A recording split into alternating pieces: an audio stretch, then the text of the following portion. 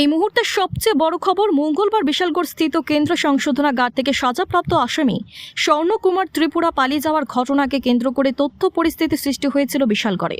মঙ্গলবার সন্ধ্যায় jail super তথা বিশালগড় মহকুমা শাসক রাকেশ চক্রবর্তী বিশালগড় থানায় লিখিত আকারে কয়েকজন কারারক্ষীর বিরুদ্ধে ষড়যন্ত্রের মামলা দায়ের করে।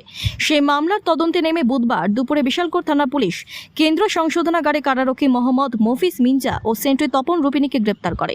জানা গেছে, ধৃতদের বৃহস্পতিবার পুলিশ রিমান্ড চেয়ে বিশালগড় মহকুমা আদালতে প্রেরণ করা হবে।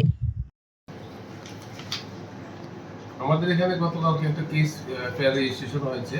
আমাদের কেসটি কেন্দ্রীয় সংশোধনাগার থেকে একজন লাইফ কনভিক্ট এসকেপ করেছে।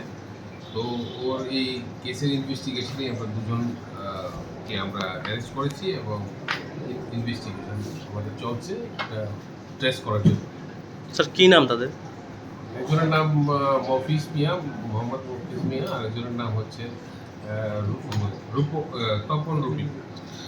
কি করতো তারা জেল কর্মী, ওয়ার্ডার, কেন্দ্রীয় সংশোধনাগারের কর্মী। স্যার যে আসামিটা পালিয়ে গিয়েছে তার কী নাম স্যার? স্বর্ণকুমার ত্রিপুরা। স্যার তাকে খোঁজার জন্য কি কোনোখানে তল্লাশি চালানো হয়েছে? সমগ্র প্রসিডিউর করা হচ্ছে, তাকে তল্লাশি করার জন্য যা যা করণীয় সব কিছুই করা হচ্ছে।